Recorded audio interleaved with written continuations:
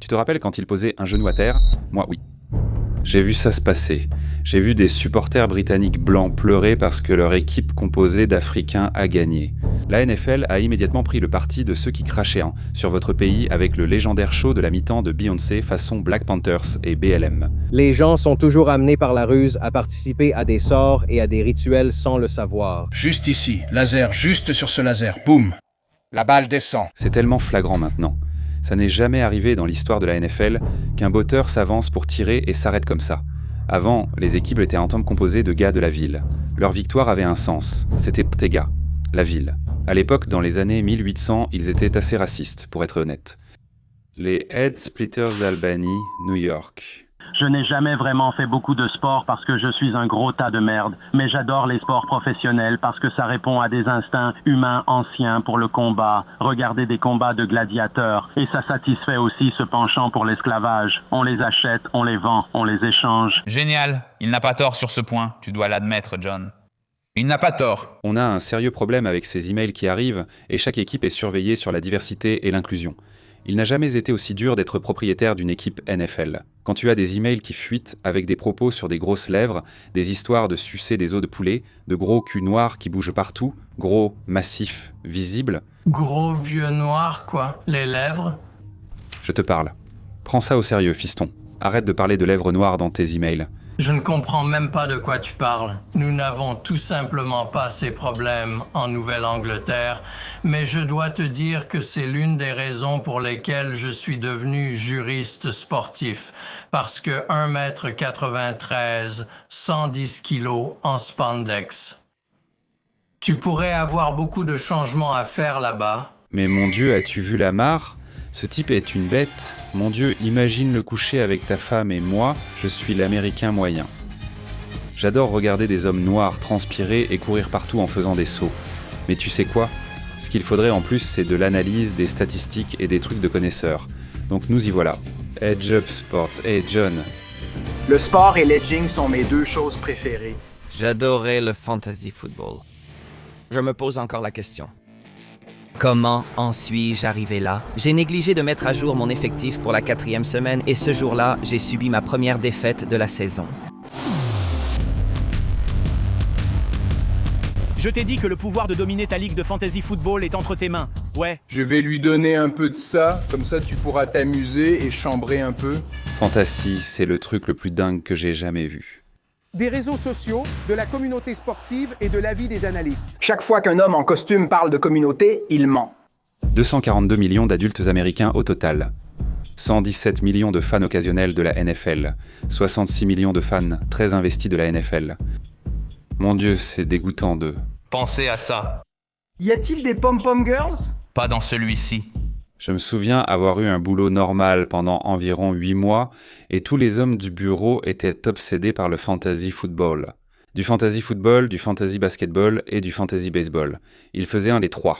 Je travaillais comme graphiste chez Sports Marketing Place. Le PDG était vraiment du genre à dire « il faut se débrouiller tout seul », un homme d'affaires travailleur, et ils avaient un gros problème. Tous ses employés passaient toute la putain de journée sur l'ordinateur à jouer au fantasy football et à en parler à la pause déjeuner. Mec, t'as vu ce monstre hier soir? Ce gars-là, c'est une bête, mec. Il était... Il courait dans la raquette et a sauté par-dessus lui. Ce joueur de football est une vraie bête, super baraquée. Tu sais ce qu'il ferait dans un combat? Kevin Garnett, c'est aussi une bête. Tu imagines s'il te serrait dans ses bras? C'est un mec, un cheerleader masculin. Tu imagines s'il couchait avec ta copine? J'y pense chaque jour en allant au boulot. Tu fais comme si tu possédais une équipe NFL. Tu fais semblant. Donc en gros, un tableur. C'est comme une voiturette de golf. Tu choisis les joueurs qui auront selon toi les meilleurs stats pour le reste de la saison. Il y a une draft, donc il y a un petit côté jeu là-dedans. C'est comme les choix de draft et la loterie de draft, etc. Donc tu choisis tes équipes avec tes gars. Ouais, oui. Et ensuite, dans cette date, ta performance est évaluée en fonction de la façon dont ces joueurs jouent tant. Oui, chaque semaine. Chaque semaine. Peu importe le niveau de ton équipe, tes joueurs marquent autant de points que dans la vraie vie. Si tu as choisi les meilleurs joueurs, tu gagnes genre 10 000 $ en cash. Littéralement. Genre des gens normaux, des mecs normaux. Et ils gagnent genre 3 000, 20 000, 6 000, 9 000, 12 000, 20 000. Genre c'est... Maintenant, il y a de gros enjeux. Merde. Ils mettent, je sais pas, putain, 150 par semaine. Tu paies pour le faire. Tu peux, il y a une cagnotte. Ouais. Ouais. Putain de merde. C'est un truc de jeu d'argent. Le jeu vidéo de Super Mario à Fortnite reprend tous les éléments de la quête héroïque archétypale jungienne et présente tous les schémas familiers.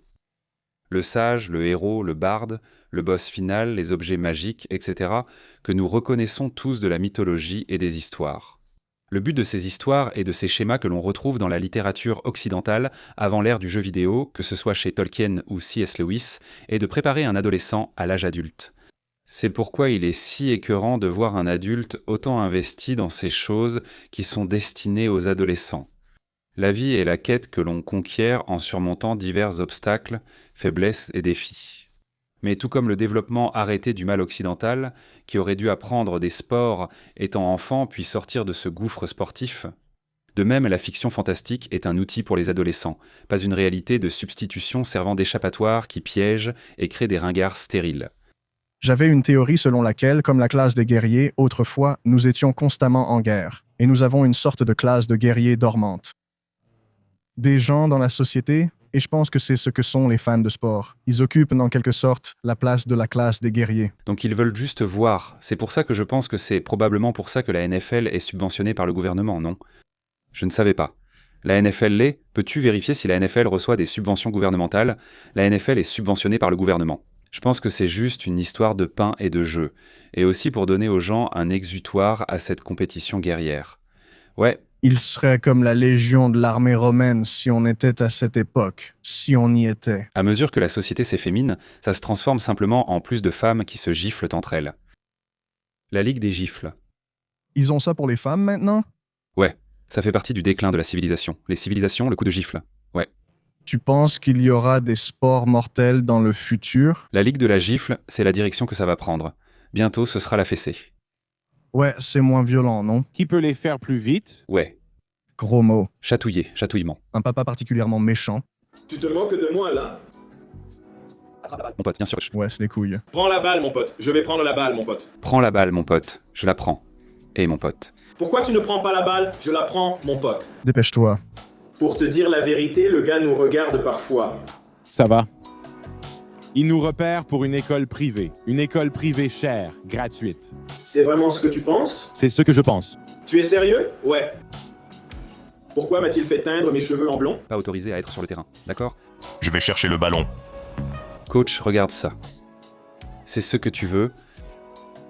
Le même genre de montée qu'on retrouve chez les gros accros à l'héroïne, on la retrouve chez les gens qui sont à fond dans le sport, ceux qui en parlent au moins une fois par jour. Je comprends que tu puisses avoir une équipe, que tu puisses encourager ton équipe et être excité quand elle est sur le point de gagner un grand match. C'est bon, pas de souci, je comprends, d'accord ? Si tu fais partie des gens qui peuvent regarder une action et se dire « Ouais, je dis souvent des trucs comme « Regarde cette vidéo du match des 49ers d'hier soir. » Et ouais, les dunks de Kevin Garnett dans le match d'aujourd'hui étaient incroyables. Et c'était un beau but de Messi dans le match de foot d'aujourd'hui. Je ne sais pas. Je ne pense pas que le sport soit la cause. Je pense que le sport est le symptôme. Et donc, je veux que les gens réalisent que l'intérieur de la tête d'un vrai passionné de sport, un vrai de vrai, ressemble à ça. Cristiano Ronaldo, que tout le monde vénère et connaît. Si tu comptes les êtres humains avec une âme, il n'a aucun fan. Si tu prends un tas de bouillie et qu'ils appellent un saglotch-podge, c'est dans la Bible. Ils peuvent faire ça. Tu peux former une silhouette humanoïde et tu prends 2 petits morceaux de charbon que tu mets dans les orbites des yeux. Et puis tu mets une figue sur la bouche et ça devient les lèvres. Et puis tu fais 2 petits trous pour le nez et tu prends 2 tomates vertes que tu mets de chaque côté de la tête pour faire les oreilles. C'est comme ça qu'on fait un Européen ou un Sud-Américain. Qu'est-ce que tu...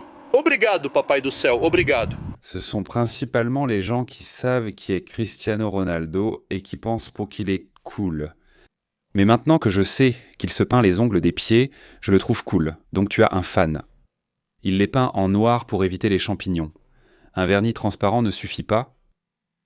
Quel genre de supporter ou quelle catégorie de fans de sport n'est pas ton genre ? Les supporters. Les supporters. Genre, dans l'ensemble. Tu sais comme ça aurait été bien de jouer l'année du Covid. Pas comme ces tribunes familiales de supporters. Non. Une balle peut-elle devenir une cabale ? Non. Tu sais que t'es un connard. Non, j'encule ta mère. Je ne supporte pas les Yankees. Ce sont les fans des Yankees. Je ne peux pas les supporter. Ce n'est pas les joueurs des Yankees. Il y a beaucoup de gars. Dès que la séance de batting practice est terminée, tu files en courant direct au putain de vestiaire. Parce que, ouais, à chaque fois que j'étais à Atlanta, on nous disait, quand on allait à chez les Yankees, n'emmène surtout pas ta putain de famille. Ils vont se faire renverser de la bière dessus depuis les putains de gradins du haut. Genre, n'emmène surtout pas ta putain de famille ici. Ils vont se faire accoster, harceler, balancer de la merde, se faire cracher dessus. N'emmène pas ta famille. New York, Boston, Oakland, même chose. Avant, Oakland, c'était « fais gaffe à tes arrières dans cette ville ». Je me demande pourquoi. C'est pour ça que je ne supporte pas le sport, parce qu'il y a eu un déferlement de soutien pour le mec qui a tué quelqu'un juste sur les réseaux sociaux, de la part des fans de sport. Il disait « il ne mérite pas qu'on lui enlève son avenir dans la LNH pour un accident ». C'est un comportement fou de la part des superfans. C'est ça que le sport fait. Le sport te pousse à mettre les envies, les désirs et même l'instinct biologique de personnes qui ne sont pas toi avant toi-même. Et c'est pour ça que c'est quelque chose de malsain.